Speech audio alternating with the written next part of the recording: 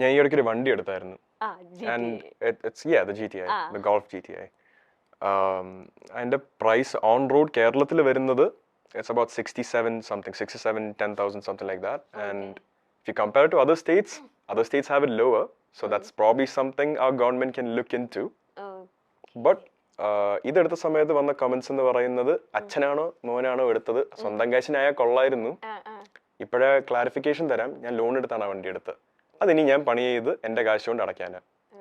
And ഈ പറഞ്ഞ അച്ഛൻ ഉണ്ടാക്കി വെച്ചിട്ടുണ്ടല്ലോ, അതുകൊണ്ട് നിനക്ക് പണി എടുക്കണ്ടല്ലോ, എൻ്റെ അച്ഛൻ ഉണ്ടാക്കി വെച്ചിട്ടുള്ള എൻ്റെ അച്ഛൻ്റെ റിട്ടയർമെന്റ് ലൈഫിനുള്ളത്.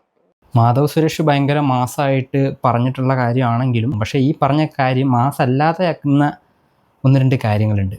ആദ്യം മാധവ് സുരേഷ് പറഞ്ഞിട്ടുള്ള നമ്മുടെ നാട്ടിലെ ടാക്സ് കൂടുതലാണ്, വണ്ടി രജിസ്റ്റർ ചെയ്യണമെന്നുണ്ടെങ്കിൽ ടാക്സ് കൂടുതൽ അടയ്ക്കണം എന്നൊക്കെ പറഞ്ഞിട്ടുള്ള 100% സത്യസന്ധമായിട്ടുള്ള കാര്യമാണ്. കേരള സംസ്ഥാനത്ത് ഉറപ്പായിട്ടും ഒരു പുതിയ വണ്ടി രജിസ്റ്റർ ചെയ്യണമെങ്കിൽ ബാക്കിയുള്ള സംസ്ഥാനങ്ങളെ അപേക്ഷിച്ച് നോക്കുമ്പോൾ ടാക്സ് കൂടുതലാണ്. അതിന് ആധികാരികമായിട്ട് പറയാൻ അർഹതയുള്ള ഒരാൾ തന്നെയാണ് മാധവ് സുരേഷ്. ആ കാര്യത്തിൽ യാതൊരു സംശയവുമില്ല. വേറെ ഒന്നുകൊണ്ടല്ല, പണ്ട് മാധവ് സുരേഷിൻ്റെ പിതാവ് MP ആയിരിക്കുന്ന സമയത്ത്, രാജ്യസഭയിൽ MP ആയിരുന്നിരുന്ന സമയത്ത് ഇതേ ടാക്സ് കൂടുതലുള്ളതിൻ്റെ കാരണം കൊണ്ട് പുതുതായിട്ട് വാങ്ങിച്ചിട്ടുള്ള ആഡംബര വാഹനം കൊണ്ടുപോയി പോണ്ടിച്ചേരിയിൽ രജിസ്റ്റർ ചെയ്തതും ടാക്സ് വെട്ടിച്ചതും പിന്നീട് അത് ന്യൂസായ സമയത്ത് തിരിച്ച് രജിസ്റ്റർ ചെയ്ത് കേരളത്തിലോട്ട് ആക്കിയതൊക്കെ കേരളത്തിലുള്ള എല്ലാ ആളുകൾക്കും അറിയുന്നത് പോലെ മാധവനും അറിയുന്ന കാര്യമാണ്. അപ്പം അതുകൊണ്ട് ടാക്സ് കൂടുതലാണ് എന്നുള്ള ആക്ഷേപം ഉന്നയിക്കാൻ ഏറ്റവും അർഹതപ്പെട്ടിട്ടുള്ള ഒരാൾ തന്നെയാണ് സുരേഷ് ഗോപിയുടെ മകൻ എന്ന നിലയ്ക്ക് മാധവ് സുരേഷ്. അതിനൊന്നും നമുക്ക് യാതൊരു എതിർപ്പുമില്ല. പിന്നെ രണ്ടാമത്തെ കാര്യം എന്ന് പറഞ്ഞിട്ടുണ്ടെങ്കിൽ, ഇപ്പോൾ 67 ലക്ഷം രൂപയുടെ ഒരു വണ്ടി ഞാൻ വാങ്ങിച്ചിട്ടുള്ളത് ആരുടെയും പ്രിവിലേജ് കൊണ്ടോ അച്ഛൻ്റെ സമ്പാദ്യം കൊണ്ടോ ഒന്നുമല്ല, ഞാൻ ലോൺ എടുത്തിട്ടാണ് വാങ്ങിയിട്ടുള്ളത് എന്ന് പറഞ്ഞല്ലോ. അപ്പോൾ ആ സമയത്ത് എൻ്റെ ഒരു സംശയം എന്ന് പറഞ്ഞാൽ, സാധാരണഗതിയിൽ മാധവൻ്റെ പ്രായമുള്ള ഒരാൾ ചെന്ന് 67 ലക്ഷം രൂപ ലോൺ വേണം വണ്ടി വാങ്ങാനെന്നൊക്കെ പറഞ്ഞ് ചോദിച്ചു കഴിഞ്ഞാൽ ഏതെങ്കിലും ബാങ്കിൽ നിന്ന് ലോൺ കിട്ടാനുള്ള സാധ്യതയുണ്ടോ?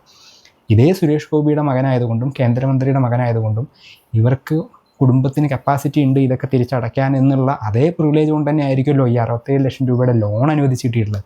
അപ്പോൾ അച്ഛൻ്റെ സൂപ്പർ സ്റ്റാർഡത്തിൻ്റെയും കേന്ദ്രമന്ത്രിയാണ് എന്നുള്ളതിൻ്റെയൊക്കെ പവർ ഉപയോഗിച്ചിട്ട് അനുവദിച്ച് കിട്ടിയിട്ടുള്ള ലോണിനെ ഇങ്ങനെ അവനവൻ്റെ ഭയങ്കരമായിട്ടുള്ള എന്തോ കഴിവിൻ്റെ പുറത്ത് അംഗീകരിച്ച് കിട്ടിയിട്ടുള്ള സംഭവമാണ് എന്നൊക്കെ വന്നിരുന്ന് ബഡായി വിടുന്ന സമയത്ത് വെറും ഒരു മാധവ് ആയിരുന്നെങ്കിൽ ഇതൊന്നും കിട്ടില്ല എന്നും മാധവ് സുരേഷ് ഗോപിയുടെ മകനായതുകൊണ്ടാണ് ഇതൊക്കെ കിട്ടുന്നത് എന്നും ചിന്തിക്കാനുള്ള ഒരു സാമാന്യ ബോധമെങ്കിലും ഈ കുട്ടിക്ക് ഉണ്ടായിരുന്നെങ്കിൽ എന്ന് ഞാൻ ആഗ്രഹിച്ചു പോവുകയാണ്.